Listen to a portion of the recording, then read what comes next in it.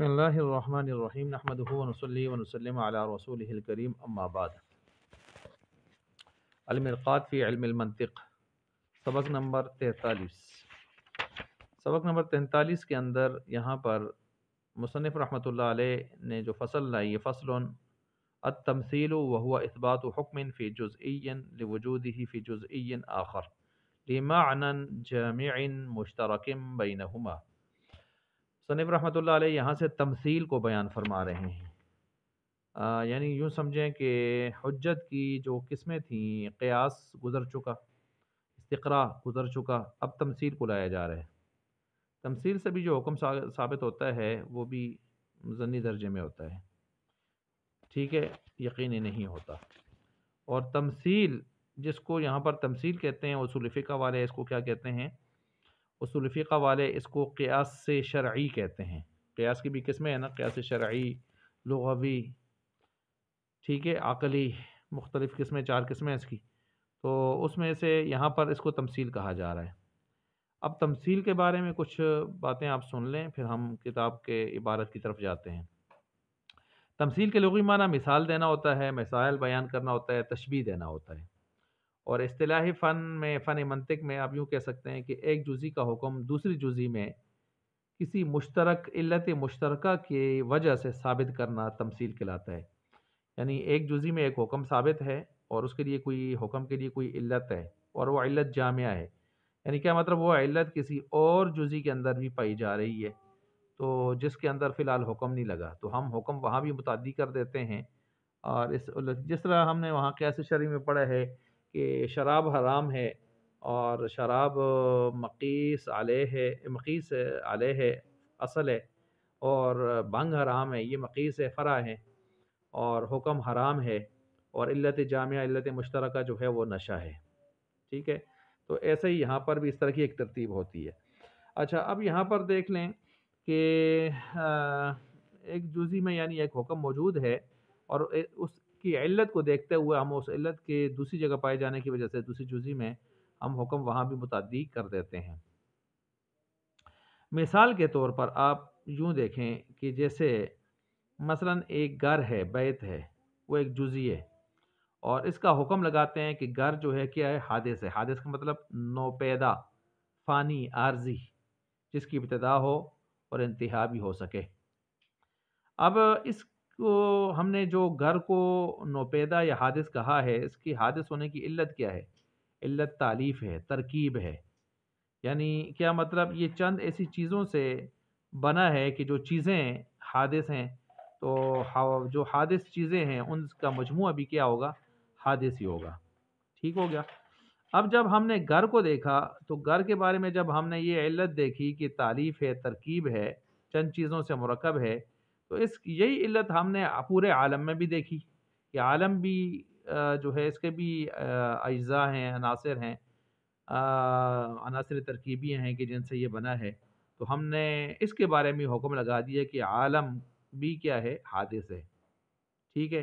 تو اس کو کہتے ہیں تمثیل۔ مثال کے طور پر العالم حادث، عالم حادث ہے لأنہ مؤلف، اس وجہ سے کہ وہ ترکیب شدہ ہے، جوڑا ہوا ہے، کل بیتی، جیسے کہ گھر، تو گھر کو پہلے سے حادث مانا ہوا ہے ہم نے، وہ مقیس علیہ سمجھ لیں اس کو۔ اب یہ جو پوری ترتیب ہے، پراسس، اس کو مناطق تو تمثیل کہتے ہیں۔ فقہا جو ہے اس کو قیاس شرعی کہتے ہیں، اور متکلمین جو ہیں وہ اس کو استدلال بالشاہد علی الغائب کے نام سے اس کو یاد کرتے ہیں، ٹھیک ہو گیا۔ اب یہ جو تمثیل ہے اس میں 4 چیزیں ہیں، میں نے ابھی نام لے لیے ان کے۔ اصل، مقیس علیہ، جس پر قیاس کیا جاتا ہے، جس طرح یہاں پر ہم نے بیت، گھر کی مثال دی، یا میں نے قیاس شرعی کے اعتبار سے شراب کی مثال دی۔ دوسری وہ جزئی جس کو مقیس یا فرع کہتے ہیں، جس طرح میں نے قیاس شرعی میں بھنگ کی مثال دی، یہاں میں نے عالم کی مثال دی۔ وہ جامع علت مشترکہ، جس طرح وہاں پر نشہ میں نے بتایا آپ کو قیاس شرعی میں، اور یہاں پر ترکیب، تالیف، اور جیسے اسی طرح چوتھی چیز ہے جو حکم لگتا ہے، وہاں نشہ تھا، اور یہاں میں نے جو حرام تھا، حرام ہونا تھا قیاس شرعی میں، اور یہاں پر جو ہے حادث ہونا، اس کا حکم لگ گیا۔ اب یہ سمجھ گئے آپ، میں نے ایک ایسے شرعی کی مثال بھی الگ سے آپ کو سمجھا دی، اور ادھر سے یہ چیزیں آپ کے سامنے رکھ دی جو یہاں کی قیاس کے اعتبار سے ہے۔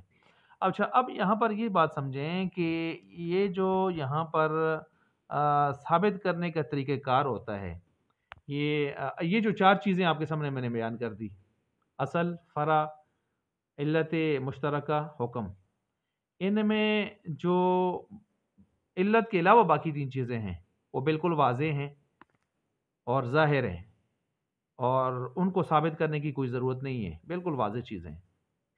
لیکن ایک چیز ان میں ہے علت خفی، علت جامعہ مشترکہ، کہ علت اس میں ہے یا نہیں ہے، علت ثابت کرنا اور پھر اسی درجے میں ثابت کرنا جس درجے میں وہاں اصل میں پائی جا رہی ہے، اس کے قریب قریب ثابت کرنا، نہ کہ کمزور درجے کی علت، اور واقعی جو علت بن سکتی بھی ہو چیز، یہ بھی نہیں کہ آپ علت بنا رہے ہیں اور در حقیقت وہ علت نہیں ہے۔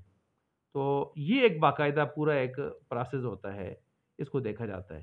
تو اس لیے اب اس چیز کو مد نظر رکھتے ہوئے علت کو ثابت کرنے کے لیے علت کو ثابت کرنے کی ضرورت پیش آتی ہے، باقی تین چیزیں بالکل واضح ہوتی ہیں۔ تو اب علت کو ثابت کرنے کے لیے مختلف طریقے ہیں جو اصول فقہ کے اندر موجود ہیں۔ ان میں سے سب سے عمدہ جو طریقے ہیں وہ دو، پہلا طریقہ اس کو دوران کہتے ہیں، دوران، اور دوسرے دوران، جس کو دوسرا طریقہ جو اس کو صبر و تقسیم کہتے ہیں۔ اب ان دو طریقوں کو مصنف رحمۃ اللہ علیہ نے یہاں پر لایا ہے اور ان کو بیان کیا ہے۔ سب سے پہلے دوران کو لے لیں آپ۔ دوران کا مطلب یہ ہوتا ہے کہ حکم معنی مشترک یعنی علت کے ساتھ وجود اور عدم کے اعتبار سے دائر ہو، وجود اور عدم کے اعتبار سے کیا ہو، دائر ہو، ٹھیک ہے۔ مثلا یوں سمجھے نا کہ یہاں پر جو ہے مدار، دوران کے اعتبار سے آپ مختصر اگر میں کروں تو مدار یہاں پر ترکیب ہے، تالیف ہے، کہ ایک چیز بنی ہوئی ہے کچھ اجزاء سے، اور اجزاء حادث ہیں، تو بنی ہوئی چیز کو بھی کیا ہونا چاہیے، عالم جب بنا ہے، گھر جب بنا ہے، اجزاء ترکیبیہ سے اجزاء ترکیبیہ حادث ہیں، تو مجموعہ بھی جو بننے والا ہے وہ بھی کیا ہونا چاہیے، حادث۔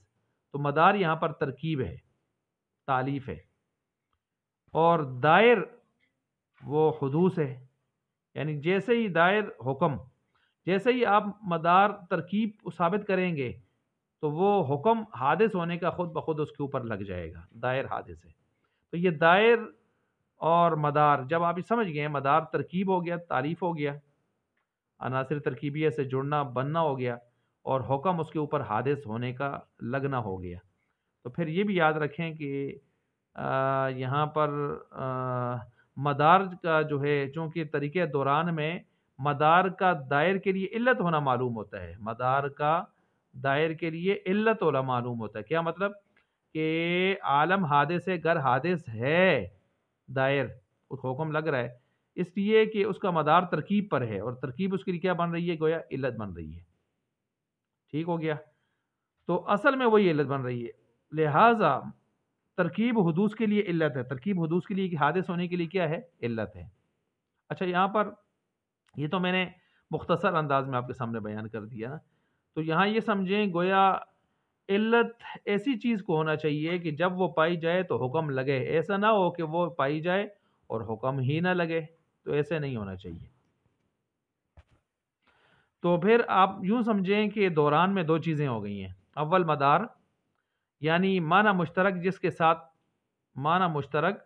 کے ساتھ حکم دائر ہو، ایسا معنی مشترک جس کے ساتھ حکم دائر ہو، وہ معنی مشترک کیا ہے یہاں پر، ترکیب۔ نمبر دو، دائر یعنی وہ حکم جس کا دوران معنی مشترک کے ساتھ وجود اور عدم کے اعتبار سے ہوتا ہو، ٹھیک ہے، وہ حکم کیا ہے، حادث ہونا۔ تو جیسے ہی تالیف اور ترکیب یہ آئے گی تو حکم دائر بھی اس کے اوپر یعنی حادث ہونے کا لگے گا۔ یہ طریقہ ہے دوران، میں نے آپ کے سامنے رکھ دیا۔ اس کا نام یہ متاخرین کے نزدیک دوران ہے، اور متقدمین اسے طرد و عکس کہتے ہیں، طرد و عکس کہتے ہیں، ٹھیک ہے جی۔ اچھا جی، اس بات علت کا دوسرا ایک طریقہ جس کو صبر و تقسیم کہتے ہیں وہ بھی سن لیجئے۔ وہ یہ ہے کہ صبر کا معنی ویسے ہوتا ہے امتحان، ٹھیک ہے، اور آزمائش۔ تو اس سے مراد یہاں پر یہ ہے کہ علت بننے کے لیے اگر بہت سارے اوصاف ہیں لیکن وہ اوصاف ایسے ہیں کہ جو علت بننے کی مکمل صلاحیت نہیں رکھتے، کہ بسا اوقات ایسے ہو کہ وہ علت وہ وصف پایا بھی جائے لیکن حکم نہ لگے، حکم متخلف ہو، ٹھیک ہے، تو پھر ایسے اوصاف کو ہم علت نہیں بنائیں گے، اس وصف کو علت بنائیں گے جو ایسی پوزیشن میں ہو کہ جب بھی وہ وصف پایا جائے تو ضرور حکم لگے، کیونکہ علت جب پائی جاتی ہے تو حکم ضرور لگتا ہے، علت کے پائے جانے سے معلول اس کا حکم ضرور لگتا ہے۔ اب مثال کے طور پر یہاں پر آپ سمجھ لیں کہ مثلا یہاں پر گھر کی ہم نے مثال دی نا، تو گھر کے اندر اب بہت سارے اوصاف ہمارے سامنے پائے جا رہے ہیں، مثلا جو ہے اس کا ممکن ہونا، موجود ہونا، جوہر ہونا، جسم ہونا، مرکب ہونا، یہ سارے اوصاف اس میں پائے جانے ہیں، لیکن ان اوصاف میں کون سا وصف ہے جو علت بننے کی صلاحیت رکھتے ہیں، مدار بننے کی صلاحیت رکھتے ہے دائر حکم دائر کے لیے؟ تو ہم نے غور کیا تو پتہ چلا صرف اور صرف کون سا ہے، وہ تالیف ہے، اسی کو ہم نے یہاں پر بنا دی، کیوں؟ باقی نہیں ہے نا۔ مثال کے طور پر کوئی کہے جی موجود ہونا، یہ بھی ایک وصف ہے تو لہٰذا اس کو آپ علت بنا دیں، تو ہم کہیں گے یہ ٹھیک نہیں ہے، موجود تو اللہ موجود، اللہ بھی موجود ہے، تو حالانکہ اللہ تعالیٰ موجود تو ہیں لیکن حادث نہیں ہے، حادث ہونے کا حکم نہیں لگتا، اللہ قدیم ہے، ٹھیک ہے۔ اسی طرح عقول عشرہ فلسفی کہتے ہیں جو ہے وہ عقول عشرہ جوہر ہیں اور وہ حادث نہیں ہیں، ان کو حادث نہیں مانتے وہ۔ اجسام اثیریہ جو ہے، اجسام فلکیہ جسم ہیں مگر وہ حادث نہیں مانتے، لیکن یاد رکھیں یہ جو مصنف نے یہاں پر لائی ہیں جواہر مجردہ، عقول عشرہ یا جواہر مجردہ جن کو کہا جاتا ہے عقول عشرہ کو، یا اجسام اثیریہ، یہ حادث نہیں ہے، یہ مسئلہ صرف فلاسفہ کے ہاں ہے، فلاسفہ جو ہیں وہ اس کو، ان کا مذہب یہ ہے کہ ان کے ہاں یہ حادث نہیں ہے، ورنہ شرعی اعتبار سے دیکھا جائے تو اللہ تعالیٰ کے علاوہ باقی ہر چیز جتنی بھی ہیں وہ حادث ہیں، فانی ہیں، عارضی ہیں، کل من علیہا فان ویبقى وجہ ربک ذو الجلال والاکرام، ٹھیک ہو گیا؟ تو ہمارے ہاں یہ حادثی ہیں، لیکن فلاسفہ کے ہاں چونکہ یہ قدیم ہے تو اس وجہ سے مصنف ان کے مذہب کے حوالے سے بھی وہاں پر گفتگو فرما رہے ہیں۔ تو بہرحال یہاں پر دیکھیں کہ اتنے سارے اوصاف موجود ہیں لیکن ان میں سے ترکیب بننے کی صلاحیت صرف ایک ہی رکھتا ہے، وہ کون سی ہے؟ حادث کے لیے، حادث حکم لگنے کے لیے علت بننے کی صلاحیت صرف ایک ہی رکھتا ہے، وہ کون سا ہے؟ تالیف ہے، ترکیب ہے، جس کو مصنف نے یہاں پر ثابت کرنے کی کوشش کی ہے۔ اور یہ میں نے آپ کے سامنے ضروری باتیں رکھ دی ہیں، اب میں اس کی عبارت پڑھتا ہوں۔ فصل التمثیل وهو اثبات حکم فی جزئی لوجودہ، تمثیل وہ ہے، وہ ثابت کرنا ہے ایک حکم کو جزئی کے اندر، لوجودہ اس حکم کے پائے جانے کی وجہ سے، کس میں؟ فی جزئی آخر دوسری ایک جزئی میں، لمعنی جامع مشترک ایک ایسے معنی کی وجہ سے جو مشترک ہے، یعنی ایسے ملت کی وجہ سے مشترک ہے بینہما ان دونوں کے درمیان، کا قولنا جیسا کہ ہمارا قول، العالم مؤلف جیسا کہ ہمارا قول ہے جو ہے عالم جو ہے وہ بنا مؤلف مرکب یعنی مرکب ہے، فهو حادث پس وہ حادث ہے، کل بیدی گھر کی طرح، ولہم فی اثباتی، اور ان اصولیین کے لیے فی اثباتی بیچ ثابت کرنے اس کے کہ ان الامر المشترک، امر مشترک جو ہے علت و علت بنتا ہے للحکم المذکور، یہ حکم مذکور کے لیے، طرق عدیدۃ چند طریقے ہیں ان کے پاس ثابت کرنے کے لیے، طرق عدیدۃ یہ مبتدا مؤخر ہے یا نہ، اس کو جو ہے مبتدا مؤخر کر دیں، ٹھیک ہے جی۔ اچھا اسی طرح جو ہے طرق عدیدۃ مذکورۃ فی الاصول، اصول کی کتابوں میں وہاں پر موجود ہیں اصول، والعمدۃ فیہا، اور عمدہ زیادہ ان میں سے جو طریقے ہیں ان میں سے زیادہ بہتر طریقہ نہیں دو طریقے ہیں، احدہما الدوران عند المتاخرین، متاخرین کے ہاں دوران کہتے ہیں، والقدماء كانوا يسمونها بالطرد والعكس، والقدماء اسی کو طرد اور عکس کہتے ہیں، وہو اور وہی ہے ان یدور الحکم مع المعنى المشترک، دائر ہو جائے حکم معنی مشترک کے ساتھ، وجودا او عدما، وجود اور عدم کے اعتبار سے، اذا وجد المعنى وجد الحکم، جب بھی پایا جائے یہ معنی تو پایا جائے حکم بھی، واذا انتفى معنی انتفى الحکم، اور جب معنی نفی ہو جائے، منتفی ہو جائے تو حکم بھی منتفی ہو جائے، فالدوران دلیل، پس دوران جو ہے دلیل ہے، علی کون المداری، مدار کے اوپر، دوران مدار، آن المعنی یعنی ایسا معنی علتاً جو علت بننے کی صحیح تک، للدائر دائر کے لیے، ٹھیک ہو گیا. مدار، مدار سے مراد یہاں پر جیسے ہم نے ترکیب لے لیا، تالیف لے لیا، اور دائر سے مراد وہ حکم لے لیا.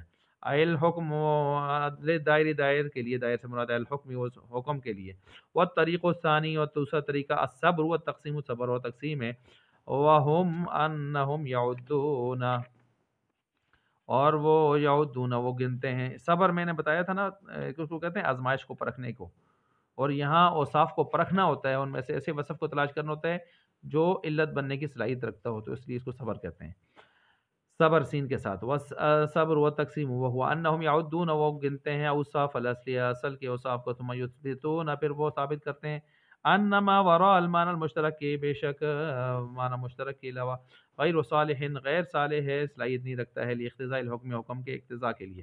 وذلك لوجود تلك الاوصاف، اور یہ اس وجہ سے کہ پائے جاتے ہیں یہ اوصاف محل آخر ایک دوسرے محل میں بھی، ما تخلف الحکم عنہ باوجود اس کے کہ حکم وہاں نہیں پایا جاتا. مثلا فی مثال المذکور ویقولون، مثلا مثال مذکور میں دیکھ لیجئے، یقولون کہ وہ کہتے ہیں ان علت حدوث البیت، گھر کے حادث ہونے کی ایک علت ہے.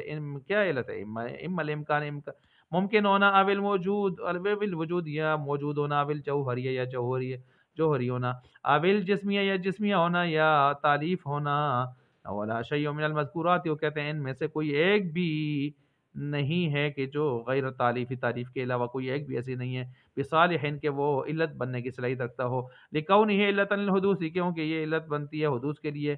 وَإِلَّا، اور اگر اس طرح نہ ہو لکان کل ممکن، ہر ممکن کیا ہو اور ہر جوہر اور ہر موجود اور ہر جسم حادث ہوتا، تو پھر باوجود اس کے کہ اللہ تعالیٰ اور جواہر مجردہ اور اجسامی اثیریہ لیست کذالک، وہ اس طرح نہیں ہے، یعنی اللہ تعالیٰ موجود تو ہیں لیکن حادث نہیں ہے، تو موجود ہونا وصف ایسا نہ ہوا جو اس کو ہم علت بنا سکیں حادث ہونے کے لیے. تو گویا ہر وصف جو ہے وہ علت بننے کی صلاحیت نہیں رکھتا، بلکہ اوصاف میں سے کوئی ایک ایسا ہوتا ہے جو علت بننے کی صلاحیت رکھتا ہے. ٹھیک ہو گیا. ہاں، یہ ایسے ہی جیسے بھینس حلال کی ہے تو کس طرح حلال ہے جی؟ گائے کا ذکر ہے تو گائے حلال ہے، گائے کی طرح ہے، اس کی طرح دم ہے، اس کی طرح چار ٹانگیں ہیں، اس کی طرح سارا نقشہ ہے، اس کی طرح آتے ہیں، یہ وہ فروفنا. اب یہ کوئی بھی اس طرح میں صلاحیت رکھنے کی صحیح معنوں میں یعنی علت بننے کی صلاحیت نہیں رکھتی. ان میں سے کون سی چیز ہے؟ گائے جو گالی کرتی ہے، گلی کرتی ہے، کھانے کے بعد منہ مارتی ہے، تو بھینس بھی ایسے کرتی ہے، تو اس کو ہم نے لے لیا، احناف نے اس کو لے لیا، تو اب بھینس حلال ہے. ٹھیک ہے. اور اگر قیاس کے ذریعے سے لیں، اور اگر اجماع کے ذریعے سے لیں پھر تو کوئی مسئلہ ہی نہیں ہے. اور اگر لغت کے اعتبار سے لیں تو لغت میں بقر جیسے گائے کو کہتے ہیں ایسے بھینس کو بھی کہتے ہیں، پھر بھی کوئی مسئلہ نہیں ہے.